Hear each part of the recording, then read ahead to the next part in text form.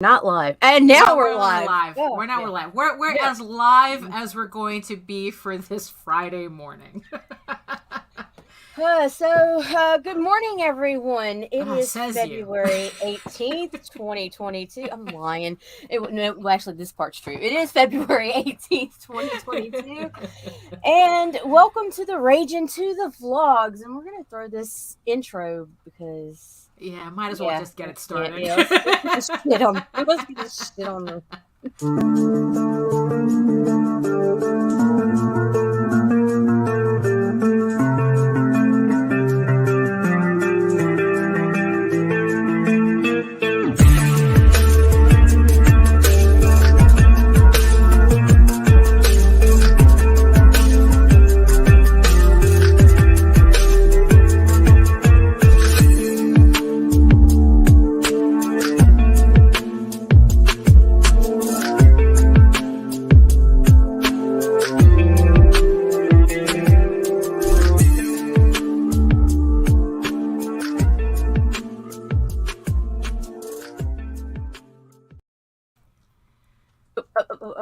I'm coming.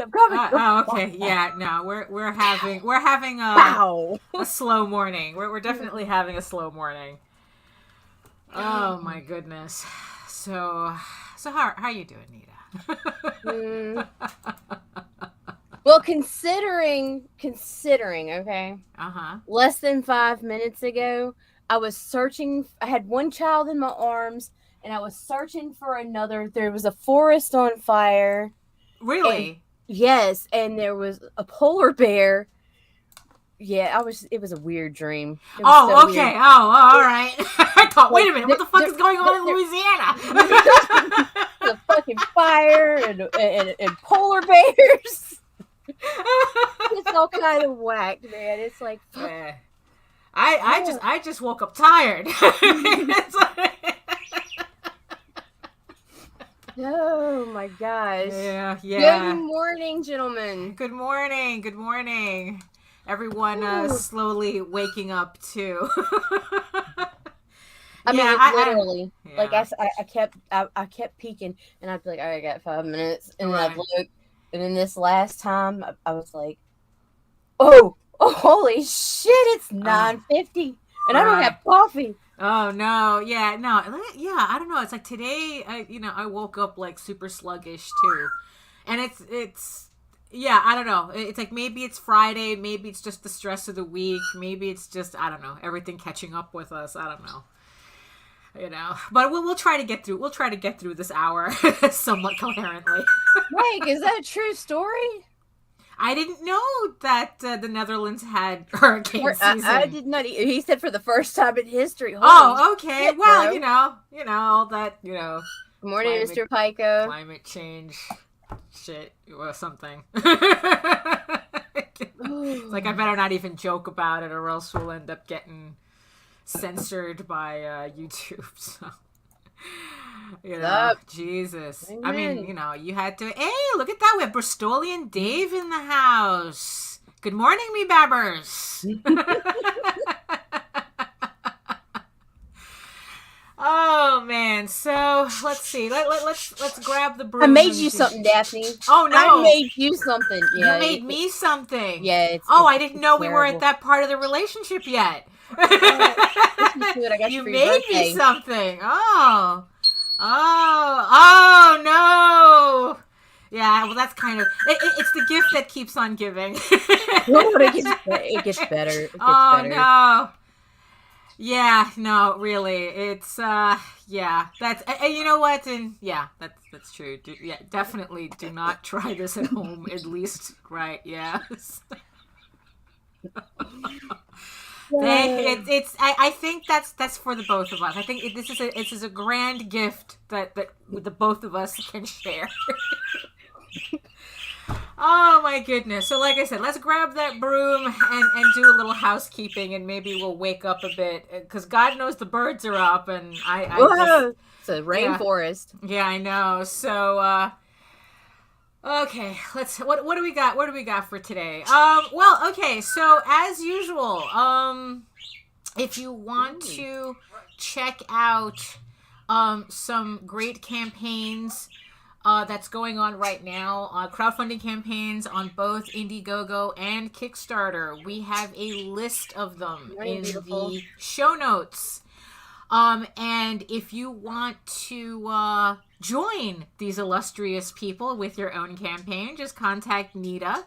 Where can they contact you with that? At raginabc@gmail.com. Right. And Twitter. Yeah, and we'll put your campaign on the list, and we'll just keep pointing everybody down to it. So it's like, let's see. So right now we have we have a bunch of campaigns. We have, of course, There's an Alien in My Toilet by Sam Vera, who's he's going strong there. And also we are now joined by another campaign on Indiegogo called the Longshots, No Liberty, No Peace. Check that out. We have the Adventures of Wonder Duck coming from George. I think that launches in May 4th, I believe. May 4th, yeah. And also it's not here on the list, but don't forget Glyn in Monsterland. That one. Okay, so she's gonna put it on the list. I copied the wrong show notes again. Oh, okay. So yeah, don't forget Glyn in Monsterland. That's also in on Kickstarter. Yeah, that's Mr. Kevin Philpott. Mm-hmm. And last but not least, because of course I am incredibly biased, don't forget to sign up for the launch page for Eagle Raven issues 1 through 4, launching March 14th on Kickstarter. And I haven't checked how many people have signed up for the launch page yet, but I would like to find out what happens if I reach 200 followers on that. Bow! It's gone. I just want to see what happens, if I have 200 followers, because my last campaign had 150 something actual backers. What happens if my followers outpaces my backers? I just want to see what happens. So this is for science, people. This is for science. We need to gather these numbers here. So head over there and hit the button so you can be notified on launch. Exactly. When Eagle Raven goes live, March 14th. You see, that's how tired I am. Oh, cool. Thank you, Mike. Yes, Mike was one of the 6 very lucky people who received a copy of the trade paperback of my proofed trade paperback for Eagle Raven, Heir of the First Unicorn. This is volume 1. This is not going to come out until the end of the year. So 6 lucky people got copies of this in advance copies to review. So, I'm definitely looking forward to your review, because it's one thing to have people review a first issue. It's another to have them review 4. Because it's like, I'm kind of wondering, okay, you guys enjoyed the first issue. After the 4th, do you still enjoy it? Yes, ma'am. So we have that. Also, you had, there was something that you had wanted to say about the Ragin Facebook group. Oh, you wanted to clarify? Okay, guys. So the Ragin 2 Facebook, it's a private group, because one time Meredith and I accidentally set just Ragin to private, and once you set to private, you can't change it back. So that page right there, that's ours. That's for our shameless self-promotion, for our guys. The Ragin promotions page, have at it all day long. You want to spam that fucker, go for it. Right. So yeah. But I feel bad declining your post, but remember, the Ragin 2, that's for us. You can have promos.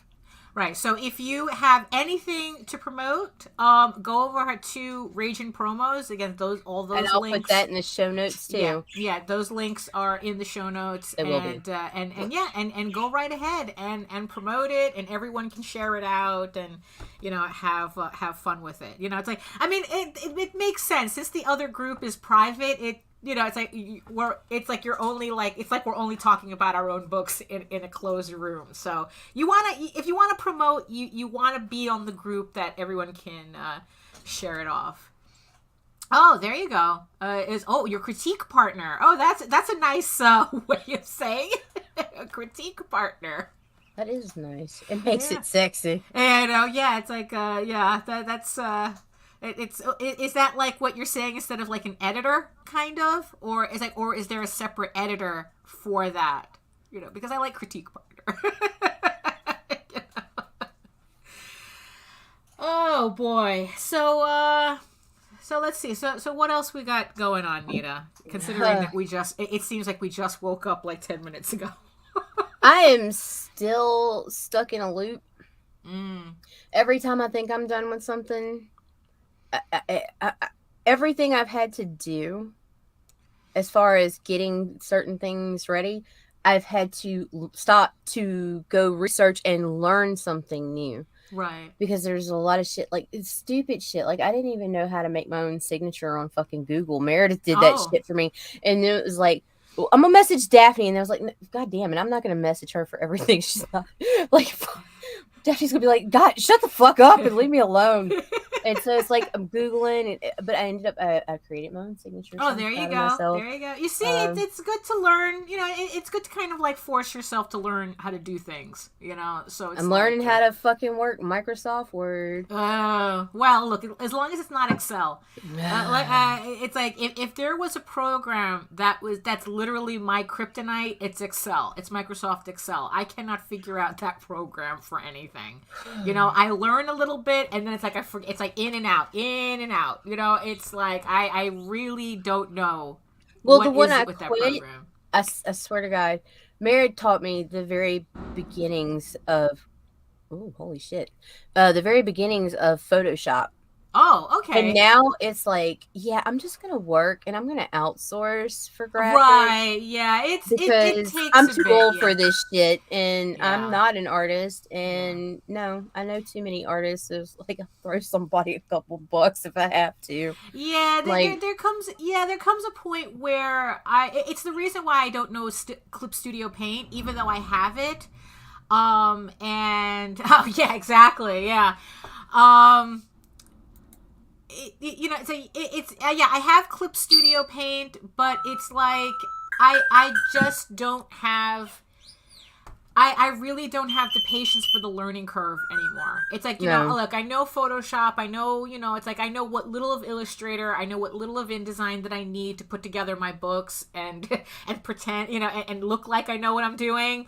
I know just enough to do that. So it's like I just have too much work to get through to have to worry about another learning curve. Yeah. Like, I don't have time for Photoshop.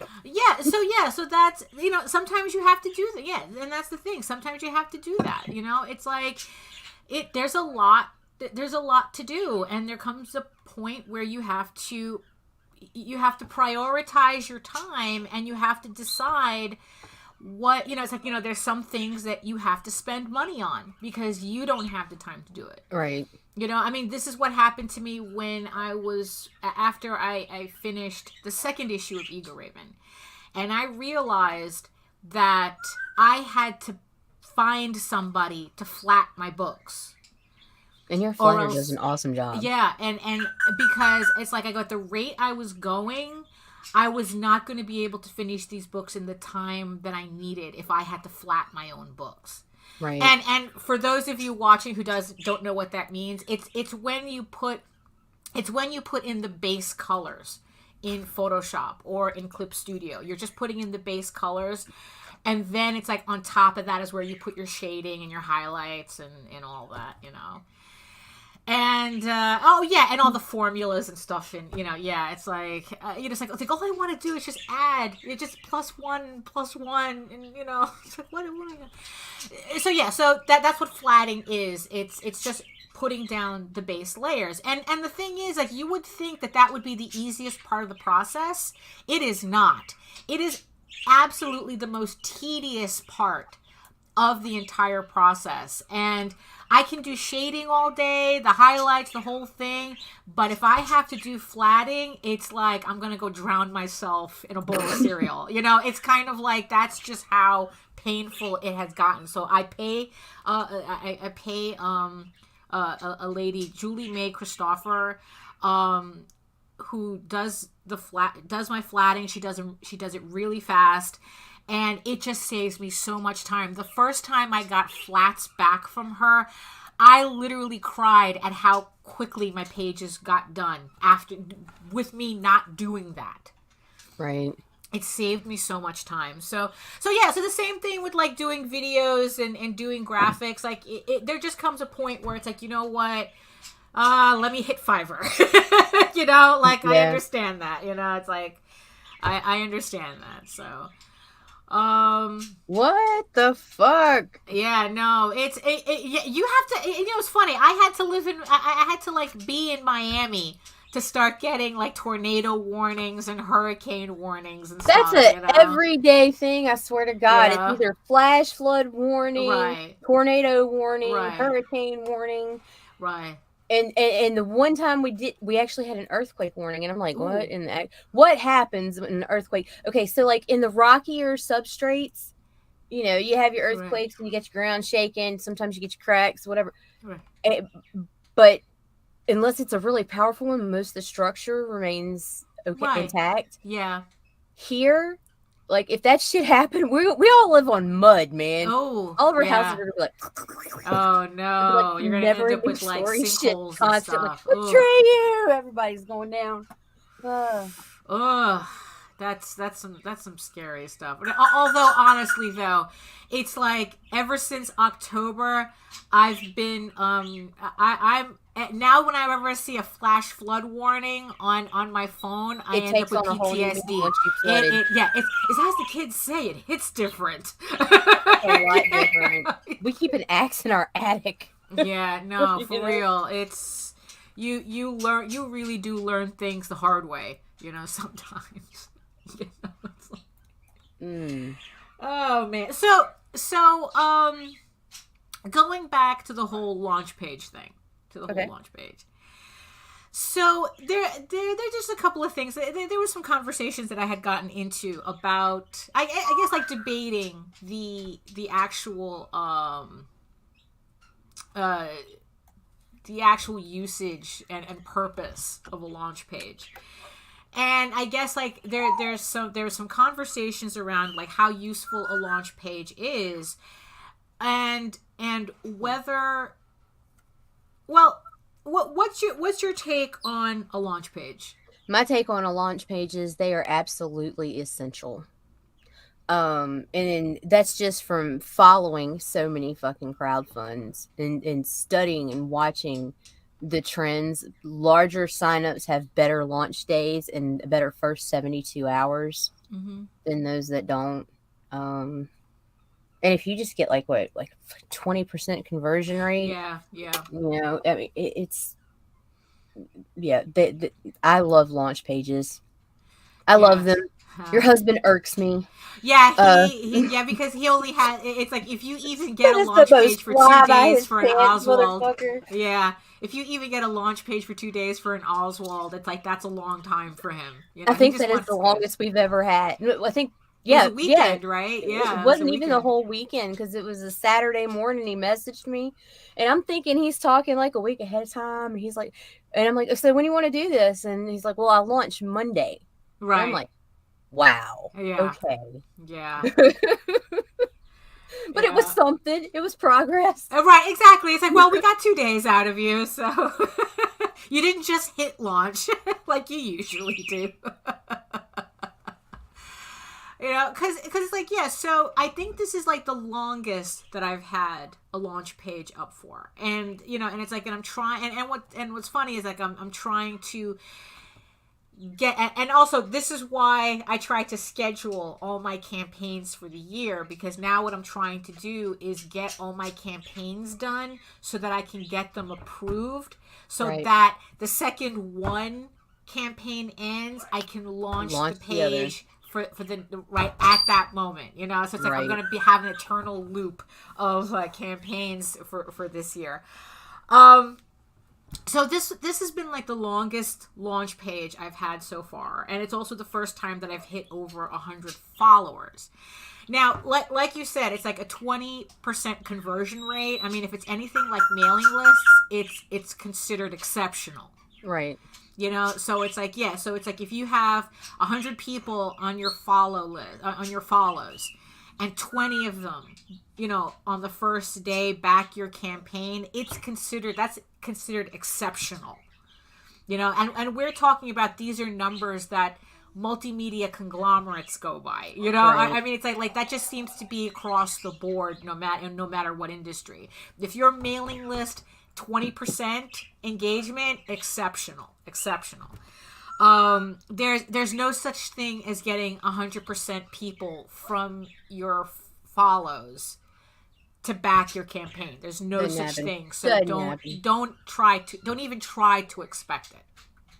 Yeah. But the question, but the thing is though, that's why, like, I'm really curious about, well, what happens if, like, say I do, like, my follows on that launch page outnumbers my backers from my last campaign.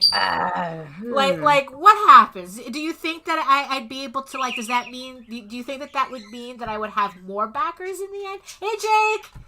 And Ted, and yay! I think so. I think you're gonna have more backers. You just getting better, Daphne. Or at least I'm putting out more issues. Putting out, yeah. Yeah, well, you know. But the thing, yeah, because that's also part of it too. Because it's like I remember how I struggled so hard on my first issue.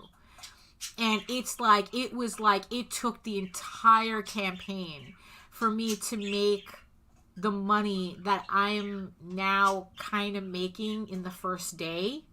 So on my first issue, it took me 30 days to make the same money I now make. Yeah, Miss Sandra, is that her name? Magic Out Black Rhapsody. 400 followers on her mailing list. Yeah. Yeah, that's, you see, and that's the thing too. It's like, yeah, mailing lists are they're a whole other animal too. So it's like, so it took me, Serena. Yes. Oh yeah. And so on my first campaign, it took me 30 days to make the money. On the third issue, took me only not even a day. It's like actually hours to make. So, and I think that has a lot to do with the fact that it is the third issue. The more issues you put out, the more people are like, oh, okay, you're for real. Right. You know, because I did notice on my second issue, I saw a drop in the amount of backers. But then I gained that and then some on my third issue. So now I'm going to hit my fourth issue, and it's like, okay, where is this one going? You know, this is where JD calls me like a numbers whore. Which is funny because he's the math guy, but it's like I'm here looking, you know, and it's like, you know, I'm like obsessing. It's like, well, if I did this and this, would this happen? You know, it's like nice. You know, I just sit here kind of like really like eyeballing, like, what am I looking at? So right now, and you see, and this is the disappointing thing, because I had asked this question on a forum that I swore people would have answered, and everyone ignored the question. Hello. Not yet. No, I don't know. I don't. No, there's no story time today. If you're waiting for another excerpt, I don't have one. I mean, look, I'll tell you this: if that is something that people want, you know, if that is something that you guys actually enjoy, Daphne will give it to you. You know, if that is something that you actually enjoyed, I will find. Look, I have files and files and files of these vignettes. You know, it's like if that's something you enjoy, listening to me read, you know, tell me, show, you know, it's like comment down below, because it's like, actually, yeah. Put comment down below, not in the chat. Comment in the actual comment section. How many people want a dedicated, you know, kind of like, you know, like maybe like every other day or once a week or whatever, you know, that I'll read another vignette, you know. Although I know which one I want you to read. Although for obvious reasons, I will not read the dirty ones because we still need to grow this channel and get monetized. We still got a ways. We can fuck off for now. You know, so we're probably gonna get copyright flagged if we try to monetize anyway. Because the way I'm fucking doing our outros right now. Oh well, you know. I mean, I don't know if that. I mean, if the fact that we haven't gotten copyright flagged yet for running. I mean that is. I mean, a side note, that is something that I'm planning to doing on my channel when I get back to live streaming on my channel. Like I said, I just have to figure out how I'm gonna fit everything into my schedule now. It's like now that I'm doing like these vlogs, and we have the interviews starting up again on March 4th.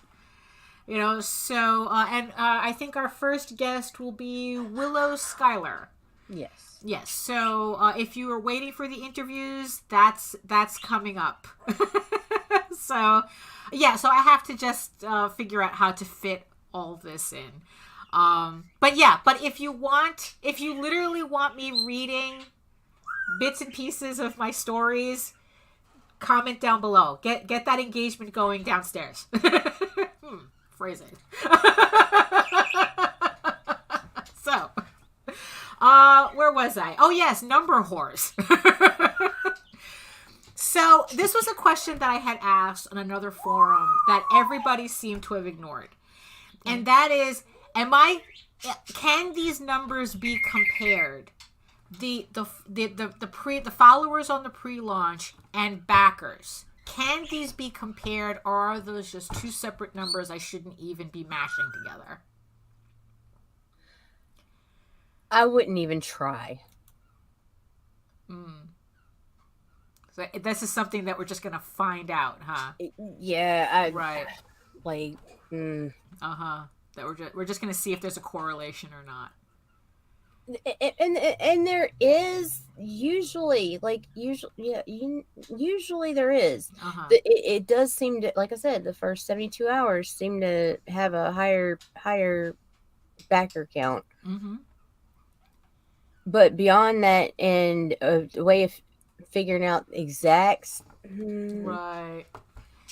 Well, and here's I guess like a follow-up question to that. So because a lot of people won't even sign up. Like there's people that will back you, and they're going to see your sign up page, and they're going to be like, and then they'll see you later. They're going to click and right, yeah, you know. So it's like, so in the end, it's like we don't know like how much, you know, like there's too many little factors that play. Yeah, there really is. There but way too many variables, Daphne. We're not mathematicians. You know, it's like, because sometimes I think about these things and like my brain ends up looking like Rust's trailer from True Detective when he's trying to put all the pictures together and stuff. I mean, it's just so the follow-up question to that is, if you have like a good following on your launch page and it translates into a good start day for your Kickstarter, does the plateau come sooner? I don't think so. No. Yeah. Because that's kind of what I was concerned about too. That it's like, okay, there's always this push for a really good first day. You know, everybody wants to say funded in a half hour, funded in 20 minutes, funded in 48 hours. But because, you know, it's good for the algorithm. You know, it's like this is us playing the algorithm, you know, because it's like, it's like I would think that a fast fund means that the algorithm will push your campaigns. Oh, I'm sure. Better, right? The sooner you get to 100% and then 200%, 300%, and so on. Yeah. Yeah. But my concern is that, does that mean that you just blew your wad at the beginning of the campaign?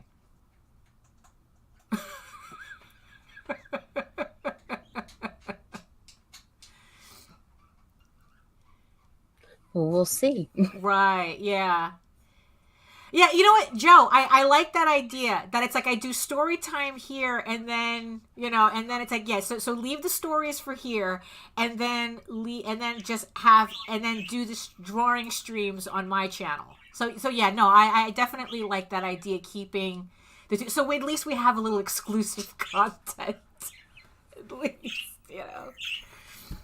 So, there's also something that I wanted to touch on in terms of, like campaigns and how people promote themselves or whatnot. But we're just hitting the half-hour mark. So, like I said, Sam is running a campaign for There's an Alien in My Toilet. Links down below, along with a lot of other great campaigns too for everyone to check out. Both these guys are in the show notes right now because George has Wonder Duck coming too. Yeah. So we're gonna throw them a little bump. Catch the craze.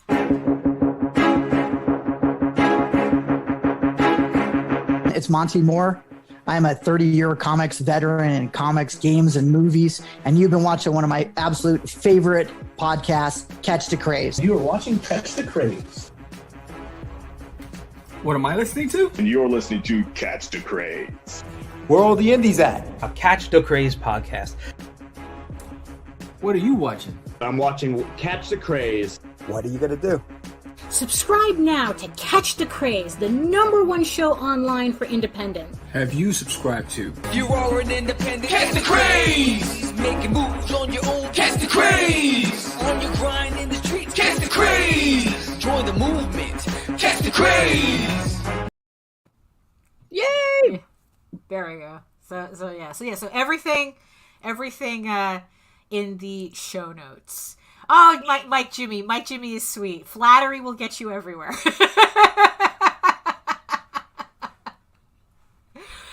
So, my shoes are down there. Go look at my shoes. I'm totally... No. All right. Hey, Marvy. Good morning. Good morning. So, along with... So yesterday we were talking about passionate creators. Mm-hmm.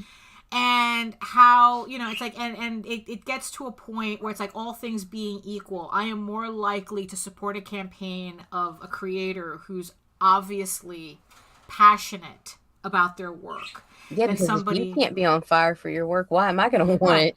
Well, right, yeah, because in the end, you're the only one. No one is going to be excited about your work more than you are. I mean, it's like in the end, it's like, you're supposed to be your #1 fan,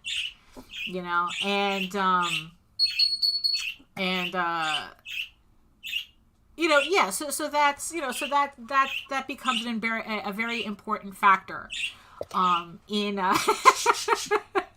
Welcome from Crocker. Yeah, in crowdfunding, is I think this is like the second or third show where we talk about feet at one point. So it's yeah, we really need the fetish communities over here. Exactly. So there's a platitude. So there we go. If only we were monetized.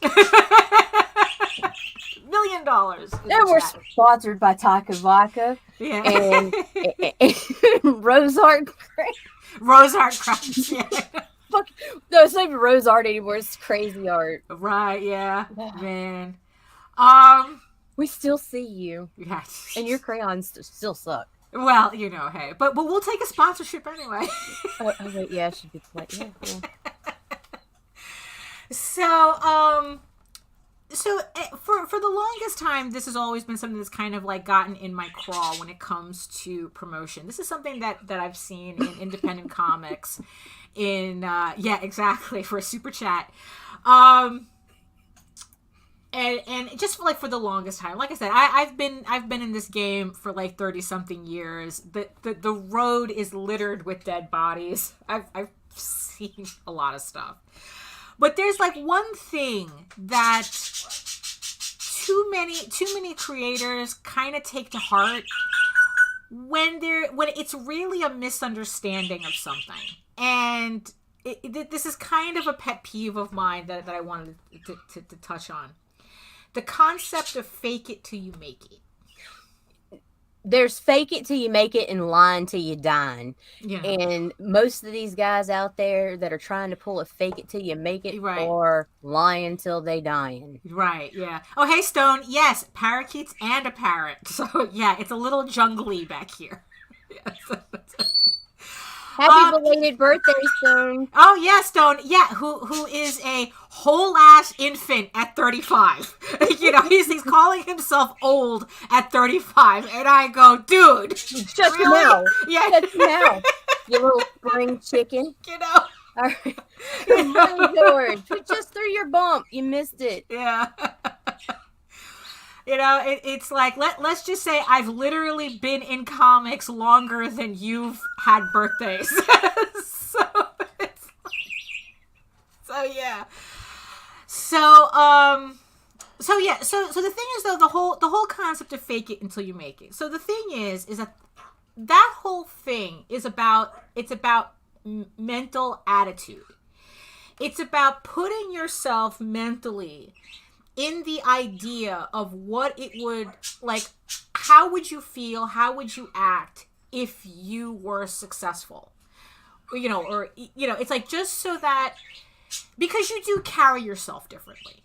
You know, it's like you do, you know, it's like when you're feeling like everything is going well, you know, it's like you do carry yourself differently. Look, we've all been to conventions, and we know, we can tell just glancing who's having the time of their lives and who's being miserable. Right. And the thing is, though, you don't, and the thing is, though, fake it till you make it. I mean, it's such a bad phrase, because it's like, you know what, you really shouldn't be faking it. I mean, because it's like, if you have passion for your work, you don't have to fake anything. You know, because it's like, okay, you don't have the Netflix deal, you don't have, you know, you don't have whatever. You know, yet to that, you don't have the Netflix deal. Yet. Yeah. Well, it's like, but you know what? But if you never get one, that's okay too. Right. You know, because it's like, it doesn't devalue what you're doing. Not having a Netflix deal doesn't devalue what you're doing, in spite of what some geniuses at conventions do. Oh, is this a Netflix show? No, then I'm not interested. Then it's like, look, they're only looking for Deadpool prints anyway, so don't worry about them. So you see, so combined with the passion. Oh, what happened? Bitch, I made a comic book. Yeah, look, no, exactly. You know, it's like, that's exactly, you know. So it's like, yeah, so if you have passion for your book and you're excited for it, people are going to catch up. They're going to catch on that, you know, and so you don't have to fake anything. Oh my God, the fanfare back here. Fanfare. You don't have to fake it.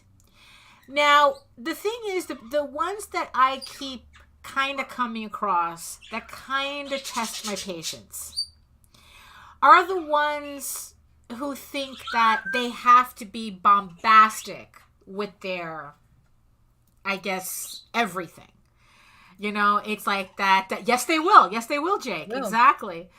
That everything has to be like over the top and hyperbolic, and it's like, and you can tell they're blowing themselves up more than what you see, than what you actually see in terms of the work and stuff. Are you are you setting up a bong on air? I'm trying to. I'm trying to be discreet, Lage. Jeez. What? Breakfast of Champions. So yeah, and you had said it. It's like lying till they're dying. And there's just way too many people there who think that all they have to do is pretend, right, that they're successful.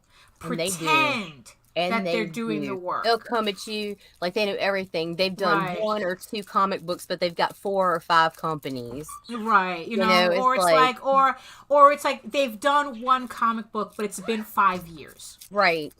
You know, but it's like they want, but they're walking around and they back off. Right, and they're walking around in a suit, and they're making it sound like they're friggin' like the CEO of something.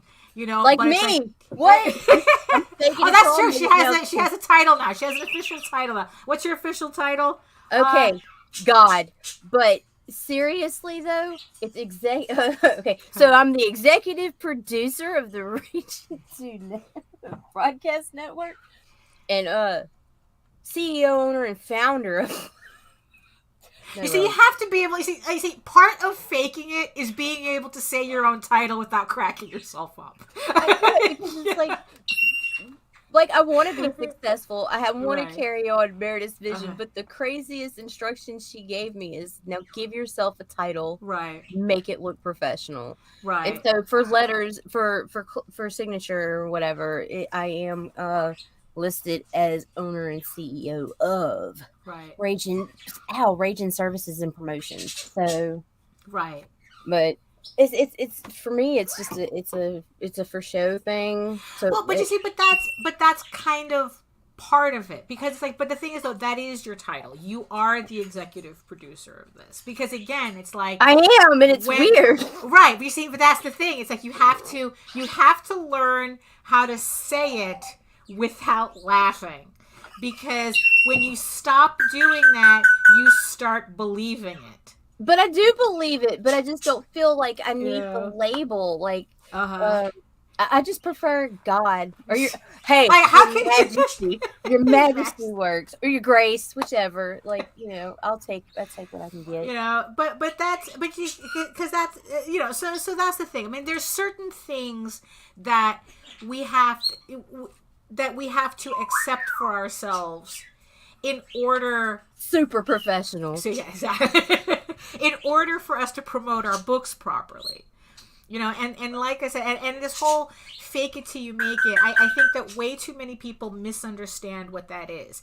Fake it till you make it is about your attitude, not about lying about what you're doing, or exaggerating what you're doing. I mean, lying is kind of a strong word. It's like, like exaggerating or kind of like being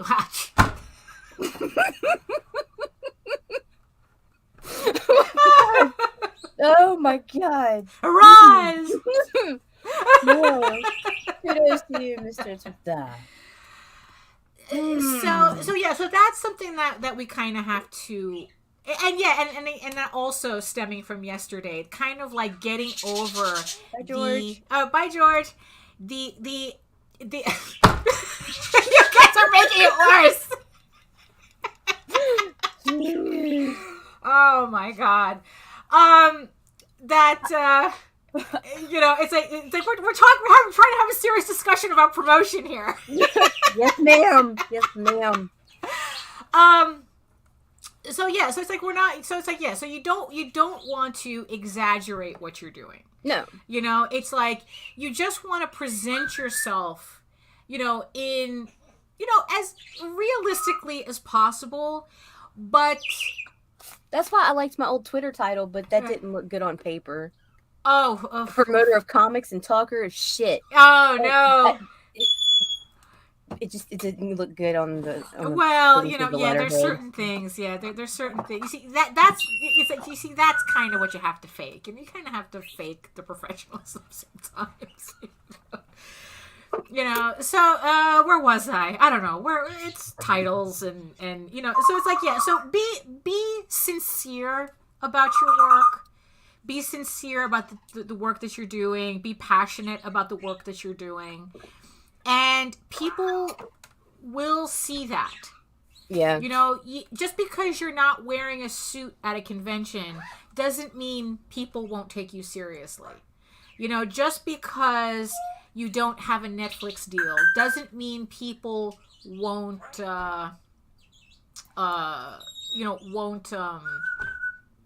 take you seriously.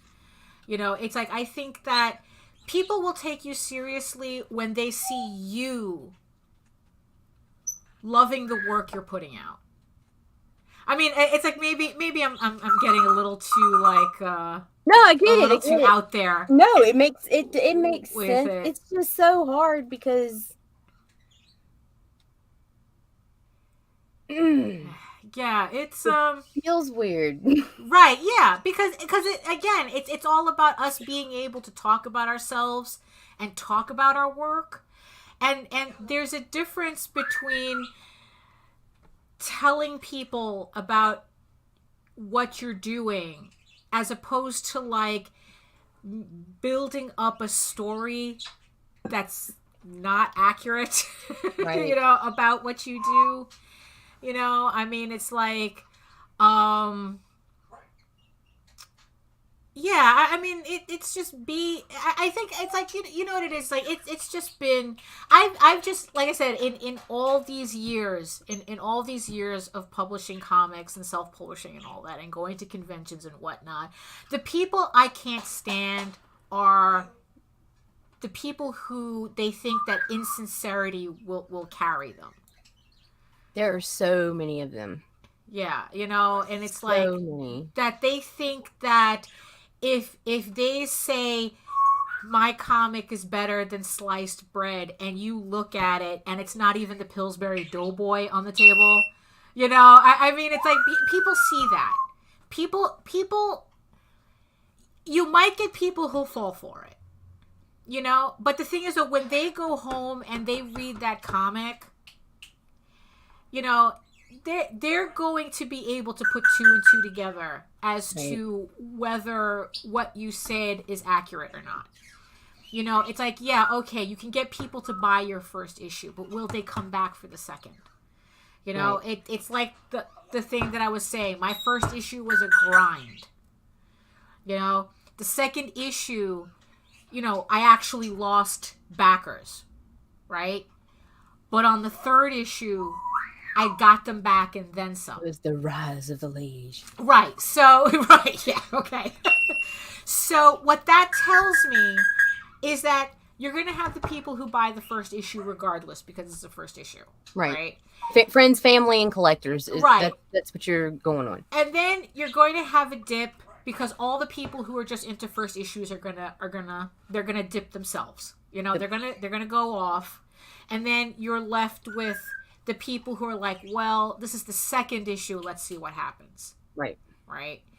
And then between the second and the third issue, it's when the magic begins. Something really happens. Yeah, something really happens. Because especially on my third issue, I had a lot of people buying the entire set. Sometimes it doesn't happen until the fourth. Yeah. It's something we noticed. So just kind of be patient. You know, if you don't get that magic moment with 3, go for 4 and yeah.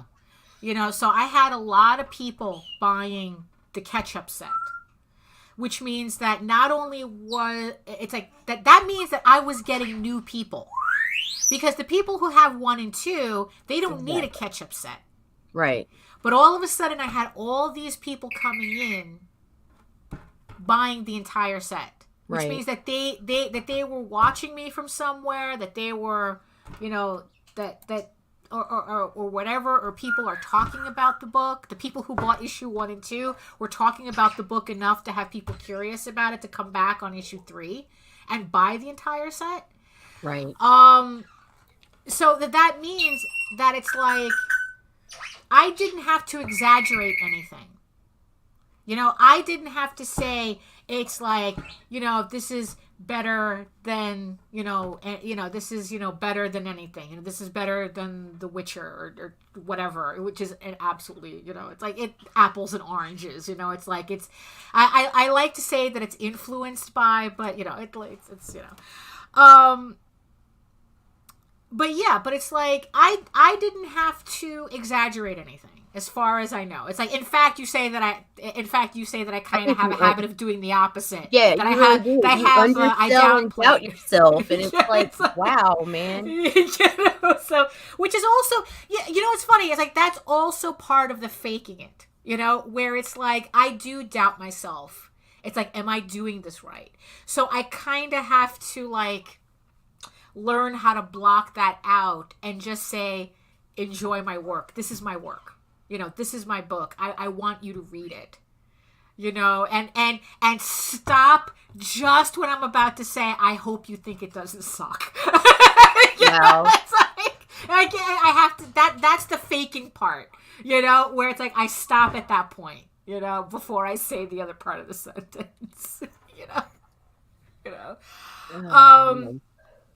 you know, but yeah, so it's like, So this has always been a thing, because there's always people going fake it till you make it. And it's like, and way too many people misunderstand that. And it's like, yeah, right. It's fake it. It's fake the attitude of success. It's like, you know, put yourself, and it's not even faking it. It's just what like, what would it look like? Like, how would you feel like if you were successful at what you doing? Like, how differently would you carry yourself? And do that. Carry yourself that way until it happens. And then you're already there. You know, you're there already when it happens. It's like, right. oh, okay. It's like, I don't have to change anything. But when did this happen? Right, exactly. You know, so that's it. So allow passion to carry you through.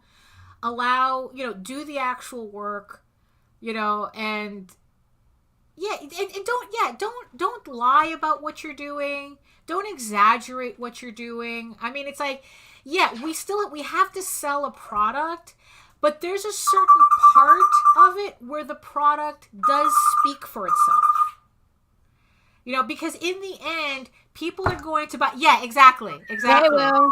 Hey, well, that people are going to buy your first issue and they're going to go home and read it. You're not at their home screaming in their ear about how great this product is. Right. They're going to be. It's just going to be you and it's just going to be them and your book. And that's going to be the litmus test as to whether they actually believe what you said, either in a campaign or at a convention or on a podcast. It's like they read that first book and it's like, and they're going to tell at that moment whether it's like, holy crap, this is really good and I need to find the second issue, or it's like, these guys were full of shit. You know? So you really have to think hard about like how you want to present yourself, but your book. I keep wanting to say product out of habit, and it's like, no, it's like that's a whole other pet peeve that I have. Books. Yeah, these your books, art, these your art, your work, you know, your words, you know, it's like this is, you know, it still has to talk for you when you're not there. Right. You know, so if you're faking it, it stops at the book. Because your book can't fake it. Nope. Your book is what your book is. Right. You know, so yeah, so that's yeah, so that was just something that I mean, you have any, I mean, it's like, as a marketer, Nita, it's like, you must see variations of this. All the time. That's right. what or you lying till you dine comes from. Right. Because so many times it's like, oh, I'm going to see this. This is probably the most exciting sci-fi novel, blah, blah, like, or, oh my God. Oh, your microphone. This was one of the best, blah, I've been doing this for so many years and I've got this and this, and everybody's like, oh, my publication company, and it just, and half the time it's like, it's one comic, they bought a variant cover, this is what they show you get to the interiors, the art shit, tails are off, misaligned, poor grammar. It's just there are a lot more people trying to fake it till they make it, and they're doing it wrong. Yeah. It's you know, yeah, there's a lot of platitudes in business that I wish people would kind of like not take at face value so hard. Right, exactly. Where's the actual work? You know, that's really, I mean, and it's like, yeah, it's, even if you're hiring people, okay, you know, it's like, even if you're hiring people, there's a certain level of work you need to do to make sure that you're getting the right people to represent you. Right. You know, I mean, that's the thing too. It's like, just because it's like you're producing, you know, and it's like, you know, and sometimes there are people who are only good as an ideas person. Right. And they go, okay, well, I have this idea, but I need to hire an artist. I need to hire a writer. I need to hire a letterer. I need to hire a colorist. There's still a lot in the thought process that goes into each of those parts. They're still representing your work. Absolutely. Even though you're the ideas guy and you're making this happen. You're the one paying out the cash to make it happen. And that's why gatekeeping is okay. You know, Sorry. That's a whole, like different conversation too. But it's like, there's a difference between gatekeeping and editorial control. Right. And there's a lot of times for yourself, you really need to commit to editorial control. It's like, just because you're paying somebody doesn't mean they have the right to give you shit. Right. And you have to control that. Because that's representing you. So yeah, it's good example. Right, exactly. It's like, and the thing is, and it's a collaborative effort, even if it is work for hire, because that work, you still have to be responsible for that work as a promoter. So that's, so every face of the campaign, period. Right, exactly. And, and it's like, and you can't, and if you're getting subpar work, you can, all the faking in the world is not going to help you. So it's like, because like I said, it's like once that book leaves your ability to talk to people, and they're at home and they take that book out of their bag, they're going to ask themselves, why did I buy this? Because you were a good talker? Because you were able to fake, enthusiasm? And it's like, and when they crack open that cover and they hit that first page, it's like, that's where you live or die. Yep. Every time. It's like every time. I have seriously sat here and opened a book before and been like, it has happened more than once. Yeah. Where it's just like, strait to the garbage can. Right. Yeah. No, I've done that. It's the reason why I actually don't like walking Artist Alley, because I have gotten sucked in by the over enthusiastic pitch for a book that didn't deserve it. For sure. And it's like, more than once. Please don't fake it. It's like, practice your attitude in enjoying what you're doing, in realizing how you're talking about your work. But in the end, the work still has to talk for you too. So so it's like, it really is. It really is. Especially when, like, we know how hard it is to sell at a convention, and we see people trying really, really hard. Right. And it's like, look, to put it bluntly, don't fake it because, it's like, because it's like, don't settle for pity fuck buys. Let's just put it that way. Don't settle for that. Don't ever put your book in a position where you're settling for pity fuck buys. It never works out. Just like the actual thing, nobody goes home happy.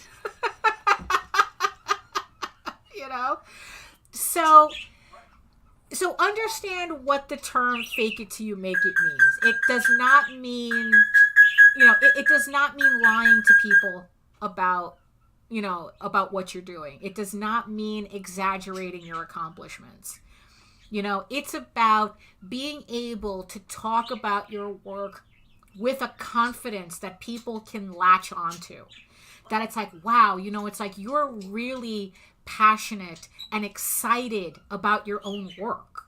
Right. It's like I'm really vibing. What am I going to get out of this? It's like, what I need to read this book, because if you're this excited about your own book, how am I going to feel about that? Right.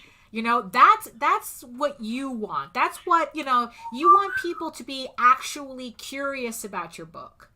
To be actually to vibe with your excitement. You don't want people to buy your book because they feel sorry for you. because they kind of know you're coming off a little desperate, because you're being a little over the top, and it's like, I feel sorry for you. Right. You don't want that. You don't want that, and your book doesn't deserve that. You'd be surprised how many people do want that, though, Daphne. Well, because they don't care about the quality.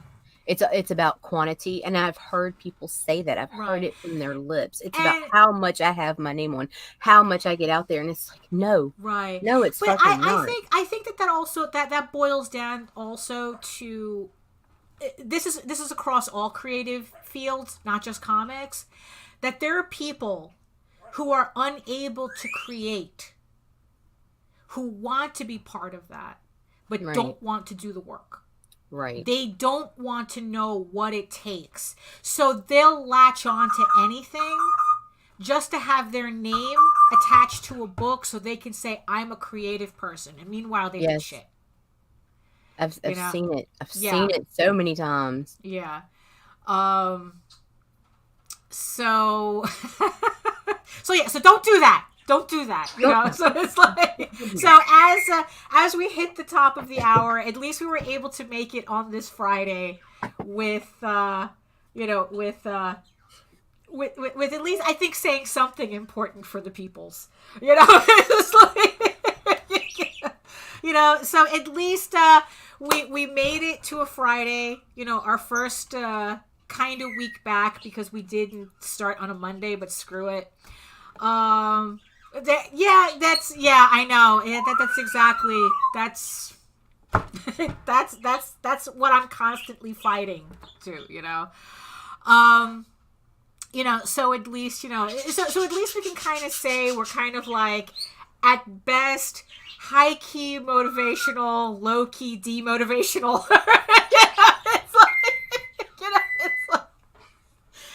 You get something. At least I'd like to think that everybody gets something out of out of our shows. When you can hear it. Come for the porn, stay for the education. Yeah, right. Really, it's like it's like it's more of an education. It's less of an education and more like listen. We're on a stoop and we're just rambling on a stoop, and whoever walks by we'll just scream at. It's like, that's probably more what it's like. So on that, we'll be back Monday, 11 a.m. Start the week all over again. So really quick, what's your goal for today, Nita? My goal for the day is same as yesterday. More copy.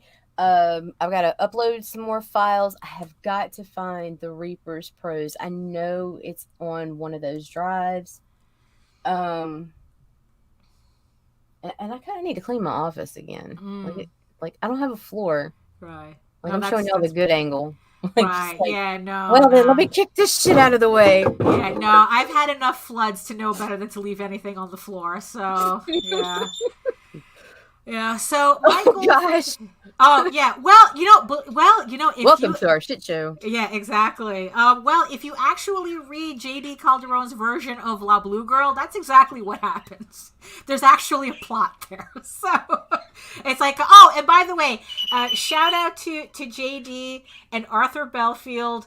Last night on Indie Comics Explained, they had a really, really great interview. I think it's one of my favorite interviews so far. It's up there with any interview he does with Michael Odin. So check out JD Calderon's channel again in the show notes. Yep. He did the latest one with Arthur Belfield. Check that out. It's actually really a really educational. It was a really educational